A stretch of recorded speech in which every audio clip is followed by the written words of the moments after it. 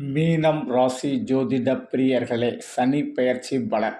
சனி பகவான் உங்கள் ராசிக்கு தான் வர்றார் அடுத்த 2.5 ஆண்டுகள். இப்போ சனி பகவான் நம்ம ராசிக்கு வந்துட்டா, ஐயையோ 7.5 சனியே, ஜென்ம சனியே, நம்ம எப்படி தப்பிக்க போகிறோம், நமக்கு என்னென்ன பலன்கள் நடக்கும், என்ன வழிபாடு பண்ணால் இதுலேருந்து தப்பிக்கலாம் அப்படிங்கிற பல விஷயங்களை நீங்கள் பல யூடியூப் சேனலில் பார்த்துருப்பீங்க. ஆனாலும் உங்களுக்கு 7.5 சனி, ஜென்ம சனி அப்படிங்கிற ஒரு பயம் வேண்டாம். சனி பகவான் அப்படிங்கிற ஒரு நல்லவர், நியாயமானவர், நீதிமான், உழைப்புக்கு அதிபதி, உண்மைக்கு அதிபதி. அப்படிப்பட்ட சனி பகவான் நம்ம ராசிக்குள்ளே வரார்.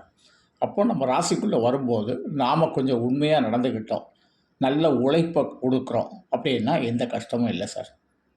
நீங்கள் முதல்ல உழைக்க பழகுங்க. இப்போ ஒரு ஸ்கூலில் உள்ள குழந்தை படிக்கக்கூடிய மாணவ மாணவிகளாக இருக்காங்க அப்படின்னா, கொஞ்சம் அதாவது மறதி அப்படிங்கிறது, நம்ம நேற்று படித்ததை கொஞ்சம் மறக்கும், மறுபடியும் இன்றைக்கி ஒரு தடவை ரிவைஸ் பண்ணுவோம். கொஞ்சம் அதிகாலையில் சீக்கிரம் எந்திரிச்சு படிப்போம். படிப்பில் கொஞ்சம் அதிக கவனம் செலுத்துனீங்கன்னா நல்ல மதிப்பெண் உங்களுக்கு கண்டிப்பாக கிடைக்கும். சார் மறந்து போகுது சார், என்ன சார் படிக்க அப்படின்னு நீங்கள் கேட்டீங்க அப்படின்னா கண்டிப்பாக நமக்கு மதிப்பெண்கள் குறைய தான் செய்யும்.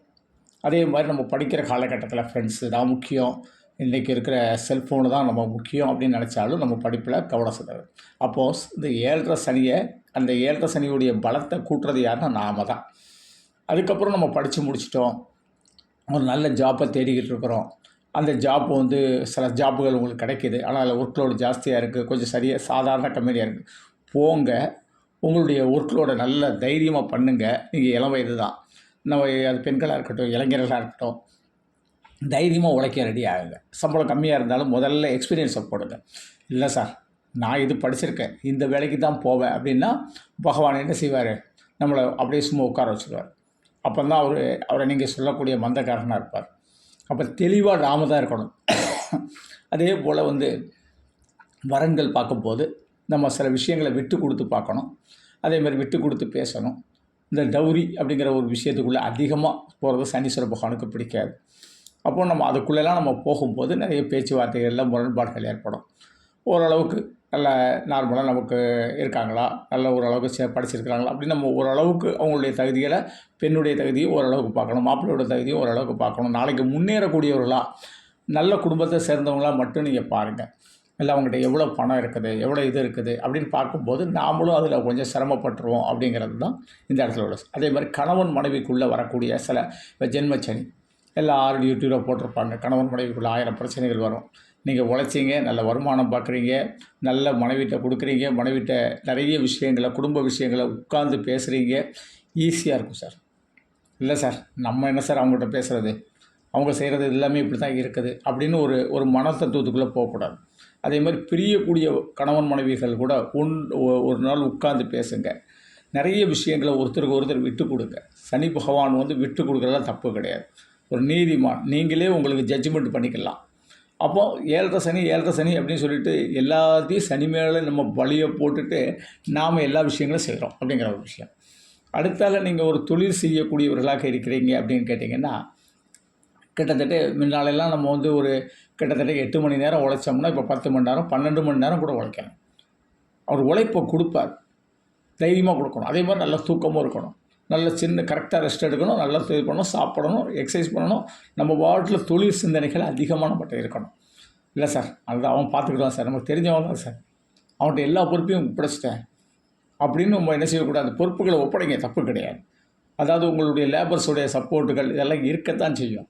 ஆனால் என்ன அப்படின்னு கேட்டிங்கன்னா, நாமளே பொறுப்பை கொடுத்து நாம் அதை கவனிக்காமல் விட்டதுனால அவங்க கொஞ்சம் எஃபெக்டாக கூட எடுத்ததுனால நமக்கு தொழிலில் பிரச்சனை.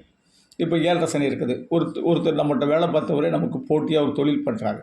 உங்கள்கிட்ட உண்மையும் சரியான உழைப்பும் இருந்தால் பகவான் ஒன்றுமே செய்ய மாட்டார். இதுதான் ஜோதிட உண்மை சார், புரிஞ்சுக்கிட்டா?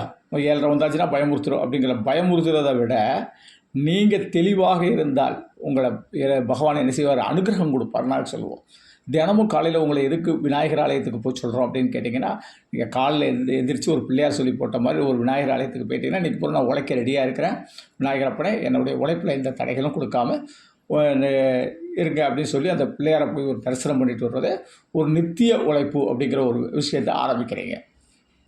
ஆஞ்சநேயர் ஒரு மகா பவர், ஒரு கிட்டத்தட்ட ஒரு மூலிகை செடியை கூட தான் மலையை தூக்கிட்டு வந்துப்பார். அதே மாதிரி நமக்கு இப்போ ஒரு இடத்துக்கு போகிறோம், ஒரு பொருளை வாங்குறதுக்கு 2-3 பொருளை வாங்குற மாதிரி ஆனாலும் அது பிரயோஜனமான பொருளாக இருக்கக்கூடிய ஒரு அமைப்பை நம்ம உறுதியாக கொண்டுட்டு வந்துக்கிடணும்.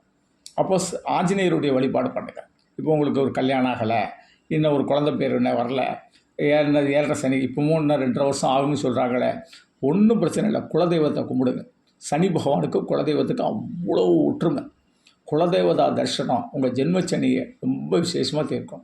அதே நேரத்தில் திருமண பாக்கியம், குழந்தை பாக்கியம் அதெல்லாம் கிடைக்கும். சார் ஜென்மச்சனியில் கல்யாணம் முடிச்சிட்டேன், நம்மளாம் 2 பேர்த்துக்கும் சண்டை வருமா? ஏன் அந்த விஷயத்துக்குள்ளே போகிறீங்க? இப்போ உங்கள் மனைவி இன்றைக்கி இன்றைக்கி சாம்பாரில் உப்பு போடல அப்படின்னாச்சுன்னா, ஏம்மா உப்பு இல்லைம்மா, உப்பு போட்டு கலக்கு அப்படி சொல்கிறேன். என்னம்மா குழம்பு வச்சுருக்கேன்னு கேட்டிங்கன்னா 7.5 சனி. புரிஞ்சுக்கிட்டீங்களா? அதனால் இப்போ 7.5 அப்படிங்கிறது நம்ம பூகம்பத்தில் என்ன சொல்கிறாங்க, 7.5 டெசிமெண்ட்டுக்கு அப்புறம் அது நமக்கு எல்லாமே என்ன செய்ய இடிஞ்சு உழுத்துரும் அப்படிங்கிற மாதிரி. நம்ம லைஃப்பில் நம்ம அந்த டெசிமெண்ட்டுக்கு போட்டு தாண்டக்கூடாது அப்படிங்கிறது அந்த இடத்துல உள்ளது.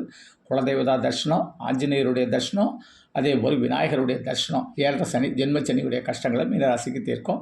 புரட்டாதி நட்சத்திர அன்பர்கள் கண்டிப்பாக சிவ வழிபாடு பண்ணுங்கள். உத்திரட்டாதி நட்சத்திர அன்பர்கள் கண்டிப்பாக அதாவது சித்தர்களுடைய வழிபாடு பண்ணுங்கள்.